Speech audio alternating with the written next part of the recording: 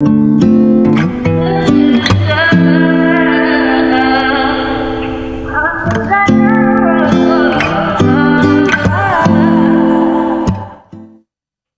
afternoon, everyone, and happy Tuesday. My name is Kiani Yamada, and we are doing a beautiful chamber chat here at our chamber. And right here, we have Leticia with Health Leadership High School, and we're very excited to hear a little bit about this high school here in Albuquerque. But even they're coming up with an event next Thursday. So, Leticia, how are you today? Thank you so much for having us, Of course. Kiana, for having me, and on behalf of Health Leadership High School. So excited to be here and to share with you the wonderful things that are happening at our school. My name is Leticia Archuleta, and I'm the Executive Director at Health Leadership High School. We are a school that focuses on, we're 9 through 12, so we're a high school, traditional high school, but we focus on giving students the opportunity to learn academics and knowledge in the healthcare sector. That's really neat to hear, because I personally, when I was in high school, that wasn't really kind of something strict or what they really had in our curriculum. So kind of tell me a little bit more what you guys specialize. Absolutely. So one of the things that I think really sets us apart from any other schools is, again, we are a traditional high school in that we provide instruction where students will get the standardized instruction that they would have anywhere else. The addition to that piece is that they will get knowledge acquisition and information through the health sector. So what that means is that we work really closely with community partners. So we work with UNM Hospital, we work with Presbyterian, with Loveless, and with a numerous amount of clinics, because we know that what really sets knowledge acquisition apart is when students can move from theory to practice.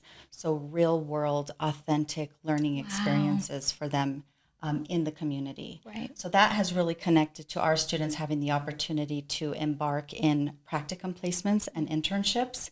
And I think something that I'm really excited about and something to share is, during the pandemic, many of our students were really having to sort of step in in their own homes, right, and help offset the cost and income during that time. So when we came back and we were asking them to do practicum placements and internships, they weren't able to do that as readily simply because they needed to continue to work. Right. And so we wrote grants and we hit the ground running, and we now pay our students for practicum placements and internships. Well, talk about that grant you were just saying. So this was during the pandemic?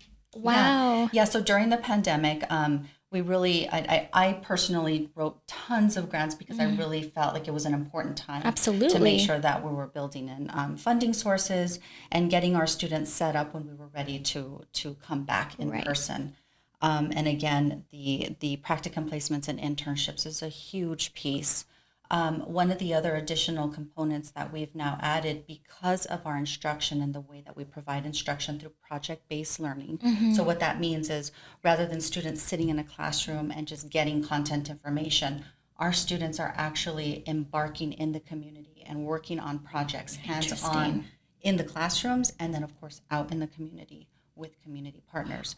So one of the grants that we have most recently been connected with is through Building Hope. And we were selected and won as one of the top 3 in the nation for education innovation. Not even just the state, a nation. That's incredible to hear. And this is for all of your your grades. Correct? 9 through 12. 9 through 12. Yes, absolutely. So what does that mean? So after you guys have been accepted for this grant, what are these students get involved in? What are they doing? Yeah, no, that's a great question. So one of the things that our students do, again, right, working in the community, outside in the community. So we understand the importance of the health sector. We know right now how incredibly important it is to build students who are interested in going into healthcare work. And so one of the things that our students have been really focused on is learning beyond the traditional methods of health, right? So we understand the importance of Western medicine, obviously, but we have over 40% English language learners. Many of our students come from minority backgrounds, Native American, Hispanic, Chicano, Mexicano, And one of the things that our students talk to us quite a bit about is remedios and practices that they have at home, some traditional practices that they have at home. We build that into our class instruction. Incredible. So we have courses where our students are learning about Western medicine. They work with Walgreens and they understand the components of medications, but they also will learn and share how to heal through non-Western medicine practices. Wow. Yeah. All right, and are we talking some range too as like mental awareness too? Because I feel even after the pandemic, not even younger generation, but I think everyone was impacted after the pandemic, working from home, staying in homes, not having that face-to-face interaction.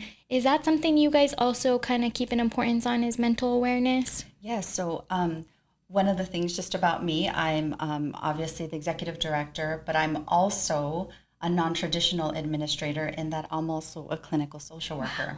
So I have my license as a clinical social worker as well.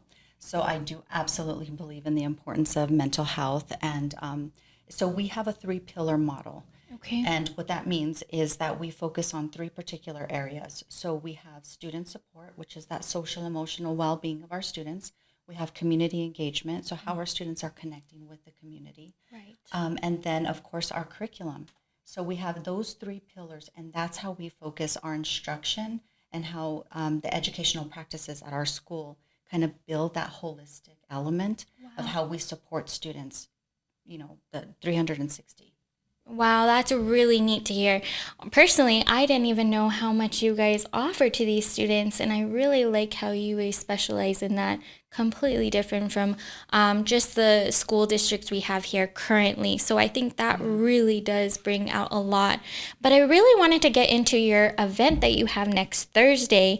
It is a full ribbon cutting ceremony, and they're actually opening this to the public so they can share these things that they offer, but more just inviting you to their school. And you mentioned earlier, this is a new location, correct? Yes, it so is. Where are we located, Al?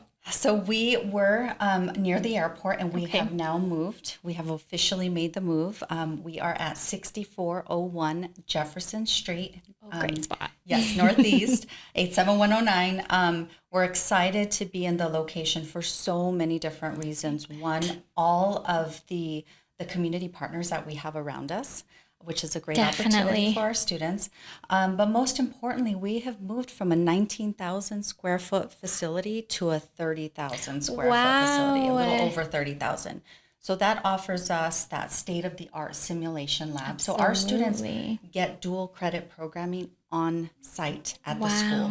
We talk about equity access for our students and making sure that they have the opportunity to engage in dual credit. That means C&M comes to us. That's dual really credit awesome. opportunities come to us. So this is something that we're really excited about. Fully functioning simulation lab. We'll have a gym. We have a fitness center. The students are really excited about it. We have open enrollment right now. Perfect. Because we've expanded and we have more square footage. We have room for new students coming in. So we're really excited and looking forward to building our community and building our school.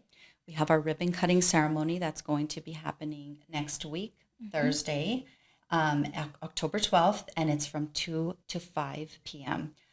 We do have some dignitaries who have confirmed that they will be with us this day, so we're really excited about that, including the Honorable Speaker of the House, Mr. Javier Martinez. So we're really looking forward to sharing the inauguration of our new facility. And again, opening the doors to expand opportunities for our students and giving them the academic opportunities that they deserve. Absolutely.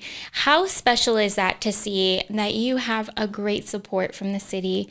But more or less, I really want to make it an impression of making sure that you guys heard what she has mentioned, what their mission is, what they're going for these students. They are our future. So really, if your student is something along the lines of an interest of that or want to know more information, I think this is a great opportunity for you guys to come out and support them.